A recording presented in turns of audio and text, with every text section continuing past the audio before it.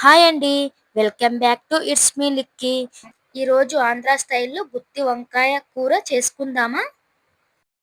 ఈ గుత్తి వంకాయ కూర ఇష్టం లేని వాళ్ళు ఎవరుంటారండి?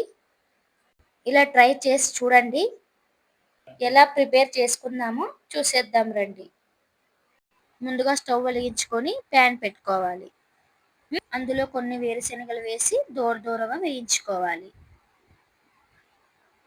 ఇలా వేగిన తర్వాత పక్కకు పెట్టుకోవాలి.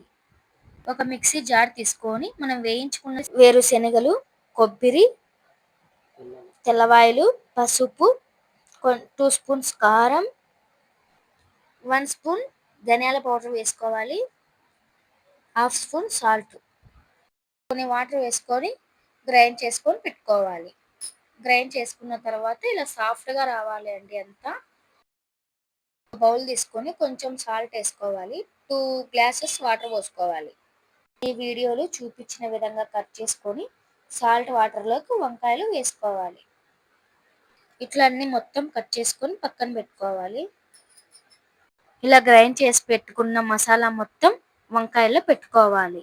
ఈ వీడియోలో చూపించిన విధంగా మసాలా మొత్తం వంకాయలలో పెట్టుకోవాలి. వంకాయలన్నీ పక్కన పెట్టుకోవాలి.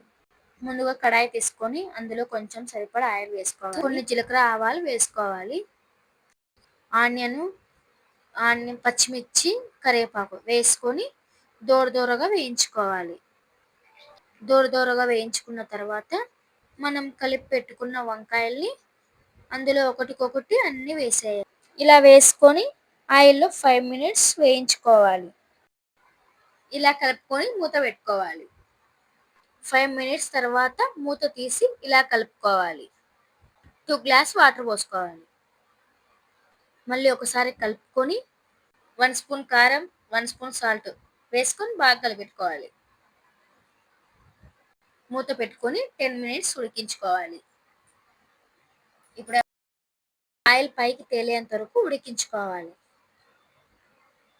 మనకెంతో ఇష్టమైన గుత్తి వంకాయ కూర రెడీ. చూడండి అసలు ఎంత సాఫ్ట్‌గా ఉడికింది వంకాయ. చూస్తూనే నోరు ఊరిపోతుంది. మీరు కూడా తప్పకుండా ట్రై చేయండి.